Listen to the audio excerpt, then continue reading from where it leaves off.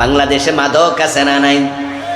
কিছুক্ষণ আগে নাকি এমপি সাহেব মাদকের ব্যাপারে কথা বলছে, স্বরাষ্ট্রমন্ত্রী বলছে মাদকের ব্যাপারে জিরো টলারেন্স, কোনো ছাড় নাই। কিন্তু বলুন তো, যতই হম্বিতম্বি উনারা করুক না কেন, বাংলাদেশে গাঁজা, হেরোইন, ইয়াবা আছে না নাই? আগের চেয়ে কমেছে না বেড়েছে? জিরো টলারেন্স বললে হবে না। মাদক যদি নির্মূল করতে চাও, হাদিসের আলোকে 80 বেতের আইন চালু করে দাও। 6 মাস বেত লাগাইয়া দেখো, 6 মাস পরে বাংলার সীমানা মাদক পাওয়া যাবে না।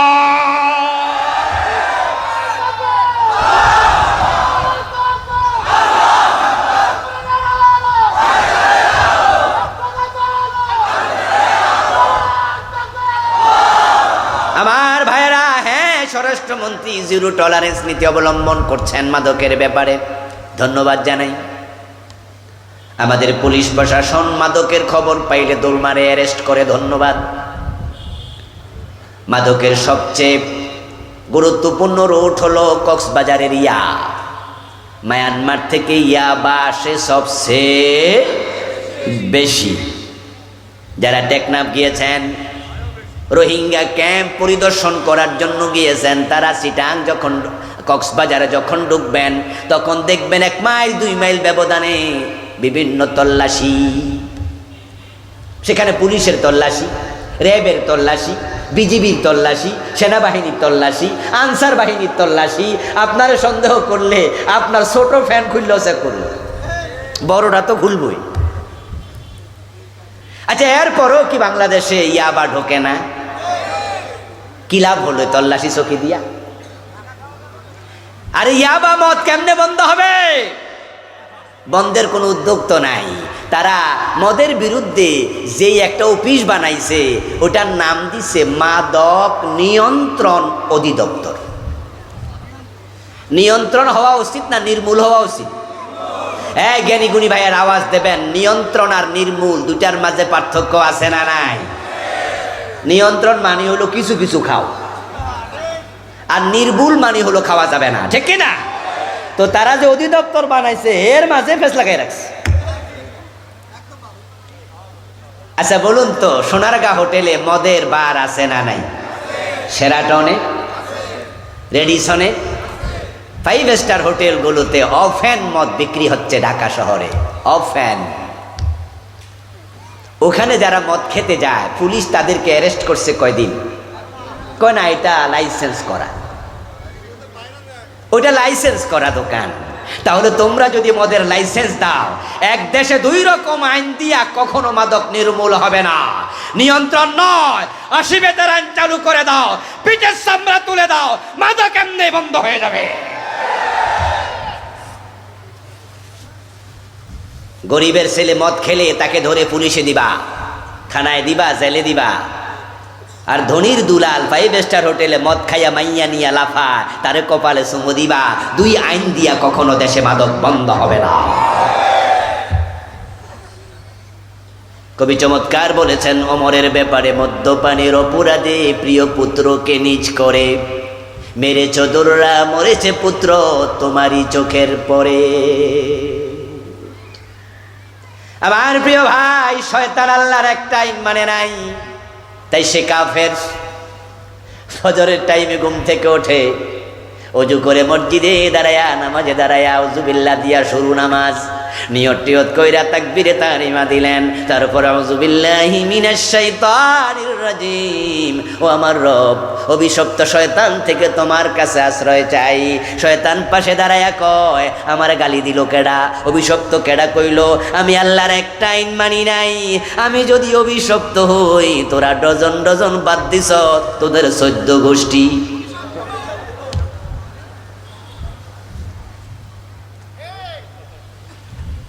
ও দোস্ত, আপনি কাদিয়ানিকে কাফের বলবেন, তার আল্লাহর একটা মেসেজ মানে না। ছুরি ধরে হাত কাটাও মানলেন না, ডাকাত ধরে শুলে দাও মানলেন না, জেনা করলে পাথর মারো মানলেন না, মদ পান করলে 80 বেত দাও মানলেন না। আল্লাহর বক্তব্য লাহুল খালকু ওয়াল আমর, এখানে অক্ষর আছে 15টা।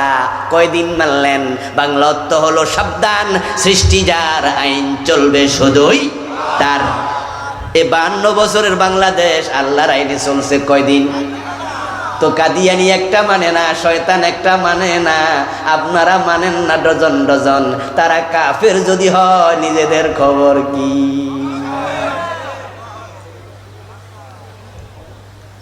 এজন্যই তো আমরা বাঘের মতো গর্জন দিয়ে হুঙ্কার দিয়ে বলি, আমরা আল্লাহ ছাড়া কারো আইন মানব না। যতদিন বাংলার জমিনে কোরআনের আইন কায়েম হবে না, আমাদের কথা তোমরা বন্ধ করতে পারবা না। আমাদের কথার কারণে, এই ওয়াজের কারণে আগামীকালকে কি বাংলাদেশে ইসলামী আইন চালু হবে? এত সোজা। এরপর আমরা কেন বলি এই দেশে ইসলামী আইন কায়েম হলো কি হলো না সেটা দেখার বিষয় আমাদের না, কিন্তু আমরা কাফের বেঈমান হয়ে মরতে চাই না। আমরা আল্লাহ ছাড়া কারো আইন মানবো না, এটা বলার অপরাধে যদি ফাঁসির রশি দেখাও, হাসতে হাসতে ফাঁসির মঞ্চে চলে যাবো, থামাতে পারবো না। আমার প্রিয় ভাই, কুফরি বাংলাদেশে বন্যার পানির মতো ঢুকতেছে। 2023 সনের জানুয়ারি মাসে আমরা বই পেলাম হাতে, বাচ্চাদের হাতে বই আসলো, ক্লাস 6-এর বইতে ঢুকাই দিছে বিবর্তনবাদ।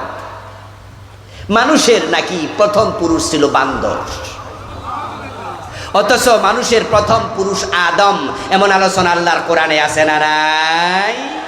যদি কেউ মনে করে প্রথম পুরুষ বাদর ছিল, সেখান থেকে মানুষ আসছে, ঈমান আছে না গেছে?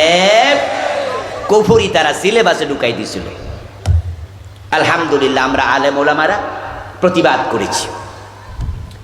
জানুয়ারির মাহফিলগুলোতে আমরা প্রতিটা মাহফিলে বলেছি বিবর্তনবাদ কুফর, এটা বাংলাদেশে চলতে দেয়া হবে না। সরকার শুনল, সাবেক শিক্ষামন্ত্রী ডাক্তার দীপুমণি কমিটি বানালেন, ওই কমিটি রিপোর্ট করলো। রিপোর্টের আলোকে সরকার সার্কুলার দিল 90% মুসলমানের দেশে এই কুফরি মতবাদ চলতে পারবে না। এর আলোকে পাঠ্যসূচির ওই অংশ পড়া স্থগিত করা হলো। যদি আমরা প্রতিবাদ না করতাম, স্থগিত করা না হতো, আমাদের ক্লাস 6-এর ছোট ছোট বাচ্চাগুলো তারা মনে করত মানুষের প্রথম ব্যক্তি বাদর ছিল। ক্লাস 6-এ বেঈমান হয়ে 2024 সন জানুয়ারির 1 তারিখে আবার বই হলো। বই উৎসবে আমরা বই পেলাম, দেখি এখানে ক্লাস 7-এর বইতে ঢুকাইয়া দিছে শরীফ শরীফার গল্পের নামে ট্রান্সজেন্ডার আরেক কুফরি মতবাদ। আমরা এর বিরুদ্ধে কথা বলে যাচ্ছি। ট্রান্সজেন্ডারকে বাংলাদেশে কোনোভাবে প্রতিষ্ঠিত করতে দেয়া হবে না। যদি এটাকে স্থগিত করা না হয়, মুসলমানদেরকে সাথে নিয়ে তীব্র আন্দোলন গড়ে তোলা হবে ইনশাআল্লাহ। কুফরি বাংলাদেশে আসছে পাইকারি হারে। এ নিয়ে আমি আলাদা বই লিখেছি, নাম দিয়েছি ঈমান, কুফর ও নিফাক। এই বইটা আমি বাংলাদেশে চলমান 56টা কুফর তুলে ধরেছি। আপনাকে জানতেই হবে, আপনার জন্য ইলম শিক্ষা করা ফরজ। তলাবুল ইলমি ফরিদা আলা কুল্লি মুসলিম। কি কি কুফর চলমান সময় নিয়ে বলতে পারবো না, কারণ রাত গভীর হচ্ছে, 12টার কাছাকাছি। আমার বন্ধু, 1 নাম্বার গেল কুফর। আগে বলেছি 2টা, 3টা চলে গেল আর রইল 2টা। এর মাঝে পরেরটা হলো শিরিক। বাংলাদেশে শিরিক আছে না নাই? অভাব নাই। বিয়ের পরে বাচ্চা হয় না, 2-4 বছর আল্লাহর কাছে চায়, যখন আর হয় না তখন মরা পীরের কাছে, খাজা বাবার কাছে ছেলে মেয়ে যাওয়ার জন্য চলে যায়। এমন মুসলমানের সন্তান আছে না নাই? শিরিক তো হুজুররাও প্রচার করে। মাহফিলে এসে হাজার হাজার শ্রোতার সামনে বক্তা গান গাইছে, যে গানের ভিতরে কুফর শিরিক একসাথে বিদ্যমান। ইন্না লিল্লাহি ওয়া ইন্না ইলাইহি রাজিউন। বক্তা গান গাইতেছে, আল্লাহর ধন রাসূলকে দিয়া, আল্লাহ গেছে গায়ে বইয়া। রাসূলের ধন খাজা লইয়া শুইয়া আছে আজমিরে, কেউ ফিরে না খালি হাতে খাজা বাবার দরবারে। দেয়ার মালিক কি খাজা বাবা না আল্লাহ? দেয়ার মালিক কে? চাইবেন কার কাছে? ভবিষ্যৎ জানার জন্য গণকের কাছে যায়, হস্তরেখা দেখায়, পত্রিকায় দেখি মাঝে মাঝে সপ্তাহে একবার ইত্তেফাক পত্রিকা, আরো দুই একটা পত্রিকা আছে, আধা পৃষ্ঠা ব্যাপী রাশি ফল প্রকাশ করে। আচ্ছা, যদি বিশ্বাস করার লোক না থাকতো তারা কি এটা প্রকাশ করত? ঢাকা শহরে বিভিন্ন দামি দামি শপিং মলে, বসুন্ধরা সহ, সেখানে অনেক বড় বড় ভবিষ্যতের গণক, উনারা নাকি অতীত ভবিষ্যৎ ভূত পূর্ব সব জানে। দোকান খুলে বসে আছে, মানুষ তাদের কাছে হাত দেখায় আর তারা বলে সামনে বিপদ আছে, টাকা দেও বিপদ কেটে দেব, গলায় তাবিজ ঝুলালে বিপদ চলে যাবে, হাতের মাঝে আংটি দিলে বিপদ চলে যাবে। অথচ এক সেকেন্ড পরে কি হবে আল্লাহ ছাড়া কেউ, যা শুধু আল্লাহর জন্য নির্ধারিত, তার সাথে অন্যকে শামিল করার নাম শিরক। আমার প্রিয় ভাইয়েরা, যখন মাইক হাতে পায় আমাদের কত নেতা শিরিক করে, পাবলিককে ফার্ম দিয়া ভোট নিতে চায়। তাই বাংলাদেশে এটা চালু হয়ে গেছে অলরেডি, সেই শিরকি বাক্য বিশ্বাস করলে ঈমান শেষ। যেমন বলে জনগণ সকল ক্ষমতার উৎস, এমন স্লোগান এই দেশে আছে না নাই? আওয়াজ দিয়ে বলুন তো, সকল ক্ষমতার মালিক কে? আন্নাল কুওয়াতা লিল্লাহি জামিয়া, নিশ্চয় সব ক্ষমতার মালিক হলো। হিন্দুদের দুর্গা পূজা আসলে শিরকের ছড়াছড়ি, ব্যানার হয়, ফেস্টুন হয়, পোস্টার হয়, টেলিভিশন চ্যানেলের মাঝে কোনার মাঝে 1 মাস 15 দিন পর্যন্ত লেখা ওঠে শারদীয় দুর্গা পূজার শুভেচ্ছা। দুর্গা পূজা শিরিক, শুভেচ্ছা জানানোর সাথে সাথে ঈমান শেষ। জঘন্য শিরক, কুফর সিলেবাসে ঢুকাইছে। আজকে স্লোগানটা গ্রামে গঞ্জে বাড়িতে বাড়িতে পৌঁছিয়ে দিয়েছে, বিশ্বাস করবা আল্লাহর কসম তোমার ঈমান শেষ। সে স্লোগানটা হচ্ছে ধর্ম যার যার, উৎসব সবার। আল্লাহর কোরআনের পুরা উল্টা। কোরআন মাজিদ আল্লাহ তাআলা বলছেন লাকুম দীনুকুম ওয়ালিয়া দীন। এই আয়াত সবাই মুখস্থ পারেন, অর্থের দিকে একটু খেয়াল করুন। আল্লাহ তাআলা বলছেন লাকুম দীনুকুম, তোমাদের ধর্ম তোমার, ওয়ালিয়া দীন, আমার ধর্ম আমার। এবার আপনারাই বলুন তো, দুইটা এক না আলাদা? তাহলে স্লোগান হবে ধর্ম যার, উৎসব শুধুই। এই জাতীয় শিরিক নিয়ে আমি আলাদা বই লিখেছি আলহামদুলিল্লাহ। খুবই জীবন ঘনিষ্ঠ কিছু বই আল্লাহ আমাকে দিয়ে লিখিয়েছেন। এই বইতে আমি 29টা শিরিক লিখছি, 29টা। একটা শিরিক নিয়ে মরবেন, ঈমান শেষ। আপনাকে জানতে হবে কোনটা শিরিক।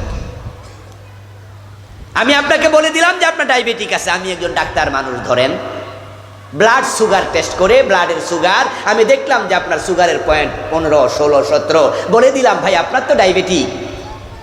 এবার ডায়াবেটিক যদি কারো হয়, চিনি খাওয়া বন্ধ কি ডাক্তারে করে না রুগিয়ে করে? কি খাইলে ডায়াবেটিক বেড়ে যায় সে সতর্ক এবার আপনি হবেন। ডাক্তারের কাজ জানাইয়া দেয়া, রোগীর কাজ সতর্ক হওয়া, আমার কাজ শিরিক তুলে ধরা, শিরিক থেকে বেঁচে থাকার জন্য এলেম অর্জন করা, এর আলোকে আমল করা সবার দায়িত্ব, ঠিক না?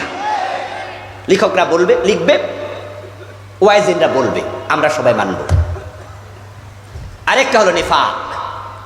যাদের কলবে নিফাক আছে তাদের ঈমান শেষ। প্রিয় নবীজির হাতে হাত রেখে কালেমা পড়ছে আব্দুল্লাহ ইবনে উবাই, রাসূলুল্লাহর পিছনে দাঁড়ায় নামাজ পড়ছে, দুই একটি জিহাদের মাঠেও রাসূলের সাথে গেছে। কিন্তু তার ব্যাপারে আল্লাহর বক্তব্য হলো ইন্নাল মুনাফিকিনা ফিদ দারকিল আসফালি মিনান নার, জাহান্নামে সবার তলায় থাকবে। কে মুনাফিক আমরা জানি না, এটা অন্তরের ব্যাপার, আল্লাহ ভালো জানেন। দুই একটি উদাহরণ আমি দেই, বুঝবেন। মুনাফিকের কিছু আলামত আল্লাহ কোরআনে বলেছেন, রাসূল হাদিসে বলেছেন। ফাইদা উনজিলাত সূরাতুম হুকামা ওয়া যুকিরা ফিহাল কিতাল রাআইতাল্লাযীনা ফী কুলুবিহিম মারাদুন ইয়ানজুরুনা ইলাইকা নাজারাল মাকশিয়্যি আলাইহি মিনাল মাউত। ও প্রিয় নবী, যখন কোরআনের আয়াত নাজিল হয়, আপনার সামনে যারা বসা আছে, জিহাদের কথা যদি সে আয়াতের মাঝে থাকে, এটা শোনার সাথে সাথে দেখবেন কারো কারো চেহারা কালো হয়ে গেছে, বুঝবেন তার অন্তরে মুনাফিকি ঢুকেছে। জেহাদের কথা শুনলে ভালো লাগে না এমন লোক বাংলাদেশে আছে না নাই? জেহাদের মাঝে জঙ্গিবাদ খুঁজে বেড়ায় এমন জালেম আছে না নাই? 5 ওয়াক্ত নামাজ পড়ে কিন্তু জেহাদের কথা শুনলে মজা লাগে না। ও আমার দোস্ত, আওয়াজ করে বলুন তো যারা জানেন জেহাদ কি নফল না ফরজ? ইয়েস, জেহাদ কখনো ফরজের নিচে নামে না। নামাজ নফল হয়, নামাজ ফরজ হয়। রোজা নফল হয়, রোজা ফরজ হয়। হজ নফল হয়, হজ ফরজ হয়। কিন্তু জেহাদ ফরজের নিচে নামে না, কখনো ওয়াজিব হয় না, সুন্নাহ হয় না, নফল হয় না, হয়তো ফরজে আইন না হয় ফরজে কিফায়া। কুতিবা আলাইকুমুল কিতাল, কুতিবা মানে ফরদা। জোহরের নামাজ পড়া ফরজ, তাহাজ্জুদের নামাজ কি ফরজ? রমাদানের রোজা ফরজ, আশুরার রোজা কি ফরজ? জীবন হজ একবার করেছেন, ফরজ শেষ, আরেকবার যান নফল। নামাজ ফরজ হয়, নামাজ নফল হয়, রোজা ফরজ হয়, রোজা নফল হয়, হজ ফরজ হয়, হজ নফল হয়। জিহাদ কখনো ফরজের নিচে নামে না। আমার রাসূল জীবনে হজ করেছেন কয়বার? একবার। যুদ্ধের মাঠে সেনাপতি হয়ে তলোয়ার হাতে নিয়েছেন 27 বার। এ কোরআনে নামাজের কথা আছে 80 বারের একটু বেশি, জাকাতের কথা আছে তার কাছাকাছি, হজের কথা আছে 3-4 বার, রোজার কথা আছে 3-4 বার, আর জিহাদের আয়াতের সংখ্যা হলো 500। আর সে জিহাদের কথা শুনলে মজা লাগে না? জঙ্গিবাদের গন্ধ খোঁজে, অথচ জিহাদের সাথে জঙ্গিবাদের কোনো সম্পর্ক। জঙ্গিবাদ হারাম, জিহাদ করা ফরজ। জিহাদ একটা ইবাদত, তবে জেহাদের ভুল ব্যাখ্যা করা যাবে না। আমাদের কিছু কিছু ইয়াং লোক আছে যারা জেহাদের ভুল ব্যাখ্যা করে। আমাদের বাংলা ভাই মানুষ মেরে গাছে ঝুলিয়ে রাখছে, নাম দিছে জেহাদ। 500 জায়গায় একসাথে বোমা ফুটাইছে, শায়ক আব্দুর রহমান সাহেব জেহাদ করছে। আদালতে বোমা মেরে বিচারক হত্যা করার নাম জেহাদ নয়। সিনেমা হলে বোমা মেরে সাধারণ মানুষ হত্যা করার নাম জেহাদ নয়। নিরীহ মানুষকে আক্রমণ করা জেহাদ না। ইসলামের জেহাদ হচ্ছে অন্যায় যেখানে প্রতিবাদ, সেখানে প্রতিবাদ শুরু হবে মুখ দিয়ে, লেখা হবে কলম দিয়ে। অন্যায় দেখবেন মুখে বলবেন, কলম দিয়ে লিখবেন, সেমিনার সিম্পোজিয়াম করবেন, মিছিল করবেন, মিটিং করবেন। অন্যায়ের বিরুদ্ধে প্রয়োজনে তলোয়ার হাতে নেওয়া লাগবে, এটার নাম জিহাদ। আমার প্রিয় ভাইরা, এই মুনাফিকের আলামত আমার এই বইটিতে 29টা লিখছি। বাংলাদেশের আলেম ওলামারা ওয়াজ করে 3টা লইয়া। কথা বললে মিথ্যা বলবে, ওয়াদা করলে খেলাপ করবে, আমানত রাখলে খেয়ানত করবে। আরেকটা হাদিস আছে আরেকটু বেশি, ঝগড়া করলে গালিগালাজ করবে। এই 4টার ওয়াজ অ্যাভেলেবেল, কিন্তু বাকি 24টা 25টা গেল কই? আমি তো 29টা লিখছি। এই যে জেহাদ ভালো না লাগলে এটা মুনাফিকি। আল্লাহ বলছে ফি কুলুবিহিম মারাদ, অন্তরের সমস্যা। মিথ্যা কথা আমরা কই আছি? জীবনে মিথ্যা কথা বলেন না এখানে কয়জন আছেন? তাই বলে আপনি মুনাফিক না, এটা মুনাফিকের ছোট্ট আলামত। যে ওয়াজগুলো শুনেছেন, মিথ্যা বলা, ওয়াদা খেলাপ করা, আমানত লঙ্ঘন করা, এগুলো ছোট ছোট আলামত। নেফাকে আমলি, মুনাফিক আসলে প্রকৃত মারাত্মক মুনাফিকি এটা না। মারাত্মক যেটা, যেটা কলবে ঢুকলে ঈমান চলে যায়, এগুলোর আলোচনা নাই বললেই চলে। এই 5টা মৌলিক নিকৃষ্ট চরিত্র থেকে নিজকে বাঁচাতেই শিরক করা। আমার সাথে একটু আওয়াজ করে বলুন, ওয়াজের শেষ দিকে চলে আসলাম। শিরক করা, কুফর করা, নিফাক করা, হারাম খাওয়া, বেদাতের সাথে সংশ্লিষ্ট হওয়া যাবে না।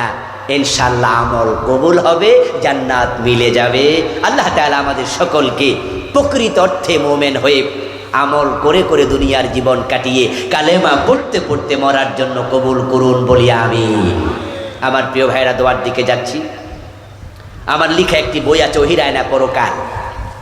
550 হাদিস বা 552টার মতো হাদিস দিয়ে লিখেছি। 500 আয়াত লিখেছি, তাতে সালাতের উপরে লিখেছি, মেরাজের উপরে লিখেছি, ব্যক্তি ও পরিবার নিয়ে লিখেছি, সে আল্লাহর আইন মানে নাই কয়টা? আবা ওয়াস্তাকবারা ওয়া কানা মিনাল কাফিরিন। আল্লাহ বলছিলেন আদমরে সেজদা করো, ইবলিস শয়তান আদমরে সেজদা করলো না, অস্বীকার করলো, গাদ্দারি করলো, কাফের হয়ে গেল। এবার আপনাদের কাছে আরেকটা প্রশ্ন করি, আল্লাহর ওই আইনটা লঙ্ঘন করার আগে ইবলিস কি কাফের ছিল? তাহলে কাফের হওয়ার জন্য কি শত শত বিধান অস্বীকার করা লাগে নাকি? আচ্ছা, আপনাদের এলাকায় যদি কেউ বিষ খাইয়া মারা যায়, আত্মহত্যা করে, এই মেসেজ আপনার কানে আসে, আপনি কি তখন কোনোদিন ধারণা করেছেন সে মনে হয় 1 মণ বিষ খাইছে, 20 কেজি, 10 কেজি? বরং আপনি বুঝেছেন যে বোতল থেকে এতটুকু খাইলেই। আত্মহত্যা করে মরতে চাইলে বিষ খাওয়া লাগে না 1 মণ, 2 মণ, 5 মণ, 10 কেজি, 2 কেজি। কাফের হওয়ার জন্য 30 পারা কোরআন অস্বীকার করা লাগে না, 1 অক্ষর অস্বীকার করলেই। শয়তান মানে না আল্লাহর একটা বিধান, সে কাফের। কাদিয়ানি মানলো না একটা মেসেজ, তারা কাফের। এবার আপনাদের কাছে আবার আসছি, জবাব দেবেন যারা জানেন। চোর ধরে হাত কাটো, এমন বিধান কোরআনে আছে না নাই? 52 বছরে কয়দিন মানছেন? বাংলাদেশের বয়স কত বছর? 52 বছর। আমার প্রিয় ভাইরা, জেনা করলে 100 বেত লাগাও, সূরা নূরে আছে না নাই? এ 52 বছরে কয়দিন মানছেন? বিবাহিত লোককে রাসূল পাথর মেরে হত্যা করেছে জেনার কারণে, এমন হাদিস আপনাদের চোখে কি পড়ে নাই? কোনোদিন শোনেন নাই? শুনেছেন, পড়েছেন, কিন্তু 52 বছরের বাংলাদেশে কোন আদালত পাথর মেরে জেনাকারীকে হত্যা করেছে? হযরত ওমর তো নিজের সন্তান আবু শামা মদ পান করেছে, তাকেও রেহাই দেন নাই। 1-2টি প্রশ্ন আছে, একটু জবাব দিয়ে আমরা দোয়ার দিকে যাব। একটু বসুন প্লিজ। একজন প্রশ্ন করেছেন, আমার বয়স 18 বছর, আমার সমস্যা হলো আমি যে মেয়ের দিকে তাকাই সে মেয়েকে আমার ভালো লাগে।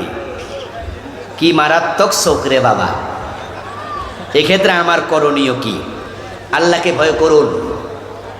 আপনি যে চোখ দিয়ে তাকান, ওই চোখের তাকানোর হিসাব আল্লাহর কাছে দিতে হবে। ইয়ালামু খায়নাতাল আয়ুন ওয়া মা তুখফিস সুদূর। চোখ যে খেয়ানত করছে আল্লাহ সেটাও জানেন, অন্তর যা লুকিয়ে রাখছে আল্লাহ সেটাও জানেন। চোখের দৃষ্টিকে হেফাজত করুন, আল্লাহর ভয়ের চিন্তা মাথায় লালন করুন, ইনশাআল্লাহ আশা করি পরিবর্তন পাবেন। যেই কোনো মেয়ে দেখলেই ভালো লাগা, এটা ভালো চরিত্রের লক্ষণ নয়।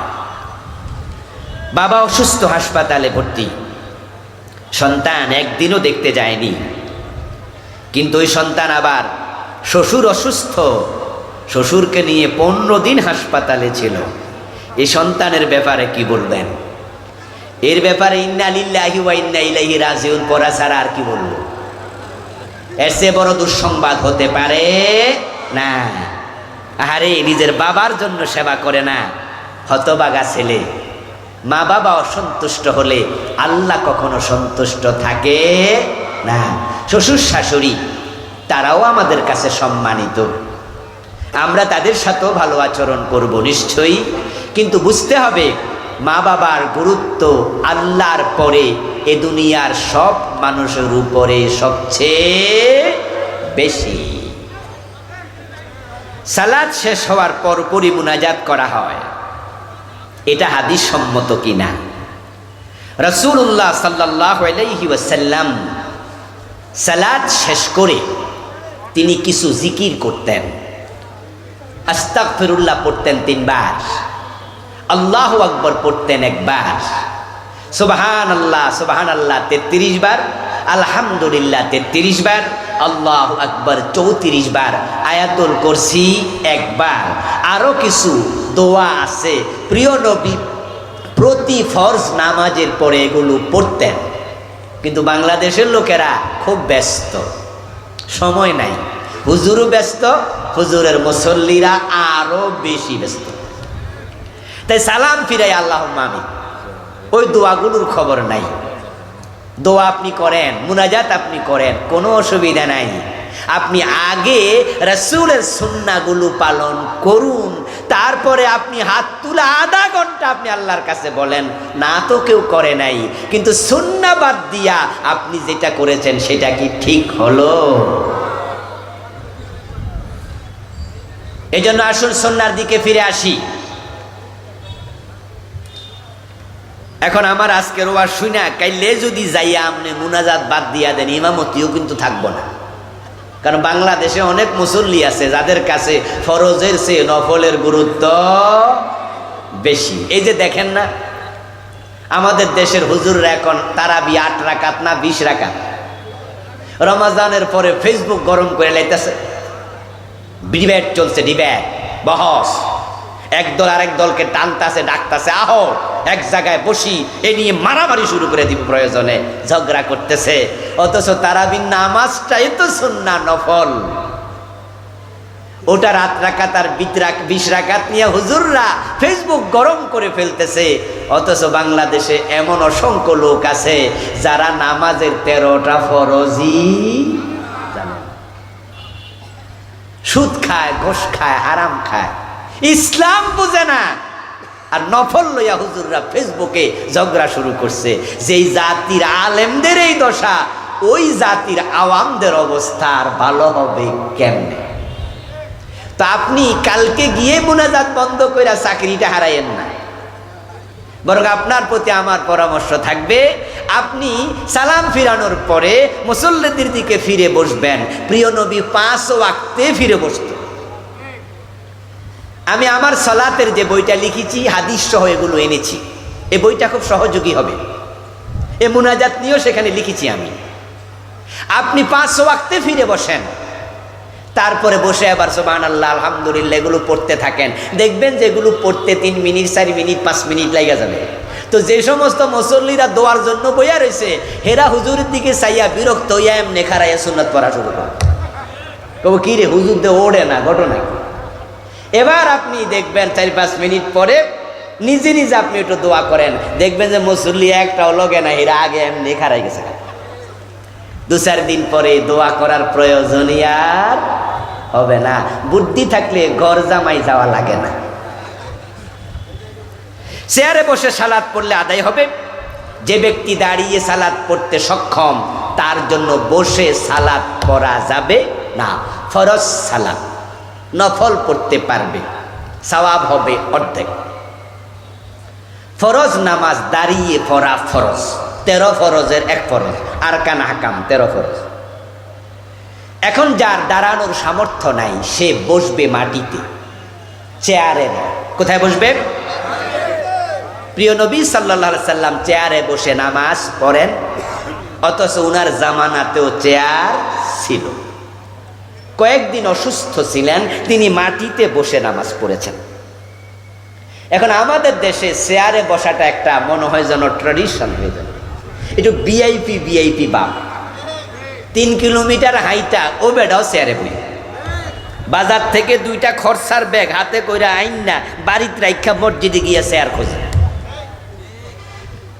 7 অঙ্গে সিজদা দেয়া ফরজ। কয় অঙ্গে? উমিরতু আন আসজুদা আলা 7 আ'দা। হাদিস। রাসূল সাল্লাল্লাহু আলাইহি সাল্লাম বলেছেন, আমি 7 অঙ্গে সিজদা করতে আদিষ্ট হয়েছি।